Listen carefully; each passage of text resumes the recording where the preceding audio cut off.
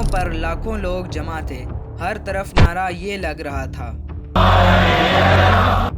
ایک پلین آسمان سے نیچے اترا ہے، 15 سال کے ایگزائل کے بعد واپس گھر آیا۔ اس آدمی کا نام تھا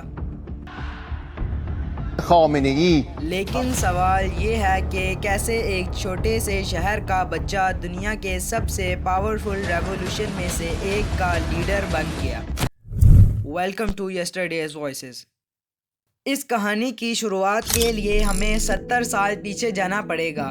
1902 خمین نام کے ایک چھوٹے سے شہر میں ایک بچہ پیدا ہوا۔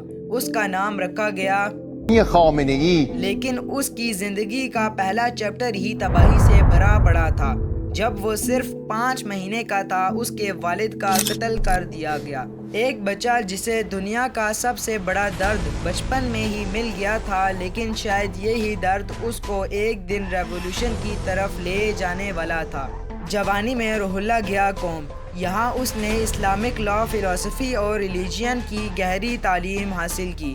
وقت کے ساتھ ساتھ اس کی ریپوٹیشن بڑھتی چلی گئی۔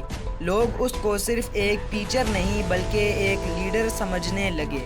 لیکن ایران پر اس وقت حکومت کر رہا تھا ایک پاورفل کنگ، اور جلد ہی یہ دو لوگ ہسٹری کے سب سے بڑے کلیش کی طرف بڑھنے والے تھے۔ 1963 ایران میں شاہ اپنے ریفارم انٹروڈیوس کر رہا تھا، لیکن خمینی نے ایک سپیچ دی، ایک ایسی سپیچ جو حکومت کو ہلا دینے والی تھی۔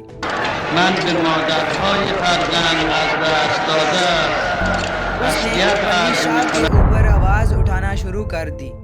نتیجہ یہ نکلا گورنمنٹ نے فوراً اس کو اریسٹ کر لیا، مگر انہیں پتہ نہیں تھا یہ اریسٹ ہی ریولیوشن کا بیج بننے والا ہے۔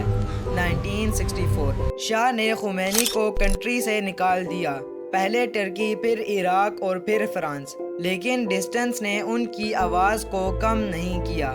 اس کی سپیچز کیسٹوں اور ٹیپس پر ریکارڈ ہوتی تھی اور خفیہ طریقے سے ایران بھیجی جاتی تھی۔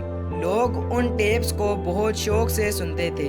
1978 ایران میں پروٹیسٹ شروع ہو گیا، ملینز لوگ سڑکوں پر آ گئے، شاہ کی پاور ہلنے لگی، اور پھر آیا وہ دن جو ہسٹری میں ہمیشہ لکھا جائے گا۔ 1 فروری 1979 خمینی کا پلین آخر کار تہران میں لینڈ کر جاتا ہے۔ 15 سال کے بعد وہ اپنے ملک واپس آتا ہے۔ سڑکوں پر ملینز لوگ اس کا انتظار کر رہے تھے۔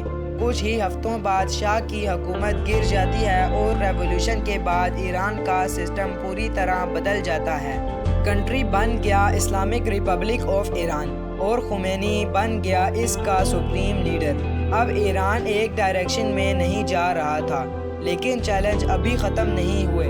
1980 میں عراق کے لیڈر صدام حسین نے ایران پر حملہ کر دیا۔ شروع ہوئی ایران اور عراق کی جنگ۔ یہ جنگ 8 سال چلی، ملینز لوگ مرے اور پوری دنیا کو ہلا کر رکھ دیا۔ 1986 خمینی بہت بزرگ اور بیمار ہو چکا تھا۔ 3 جون 1986 اس کی موت ہو جاتی ہے۔ اس کا جنازہ دنیا کے سب سے بڑے جنازوں میں سے ایک تھا۔ ملینز لوگ سڑکوں پر نکل آئے تھے، اور کچھ لوگ اس کو ہیرو سمجھتے تھے اور کچھ لوگ اس کو کنٹروورشل لیڈر مانتے تھے، لیکن ایک بات تو سچ تھی، آیت اللہ روح اللہ خمینی نے ایران کی ہسٹری کو ہمیشہ کے لیے بدل کے رکھ دیا تھا۔